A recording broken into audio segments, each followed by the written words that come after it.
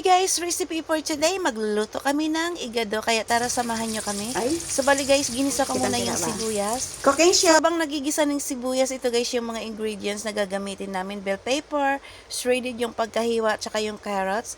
At ito naman yung pork ay minarinate na siya sa suka, bawang, tsaka paminta, asin, asukal. Pareho lang sila ng atay, ayan.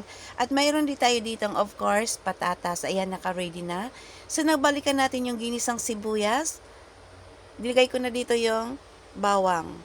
Gisa-gisa lang. So, nang ready na, nilagay ko una yung pork. Under supervision tayo guys sa chief cook kasi hindi tayo marunong magluto nito. Ilocano recipe ito. Kaya yung ating chief cook ay of course Ilocano. Ayan. Tingnan nyo guys, ang bango na. At naglagay na dito ng bay leaf para mas mabango. Now, tignan nyo yan guys. Amoy adobo na. At mukhang adobo na rin siya.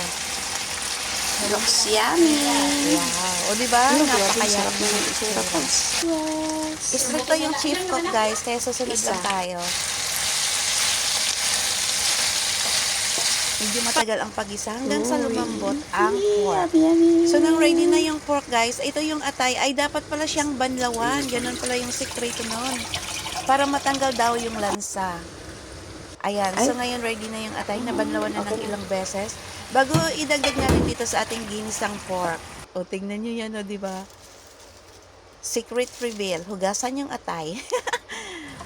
Ayan, guys. Nung na-ready na yung atay, ay nilagay na namin dito yung patatas una. Ganda na ang paghalo. So, nung na-ready na rin yung patatas, ay sinunod na yung carrots. Mix gently.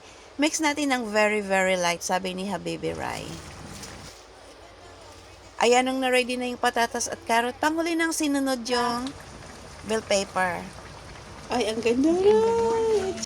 Mas masarap kasi yung bell pepper pag medyo crunchy. Natimpla na pala yan guys ng asin at saka patis. At ready na yung lasa. So, mix gently. Ayan. So, now guys, it's almost done. At ang bango. Now, this is it. The most exciting part. It's eating time. At of course, ako ang unang titikim nito. Kanina pa ako naka-ready ng rice dyan. So, tingnan nyo naman yan guys. So, diba? Looks yummy. So, now, tara, kain tayo. Eating Thank you for time. watching.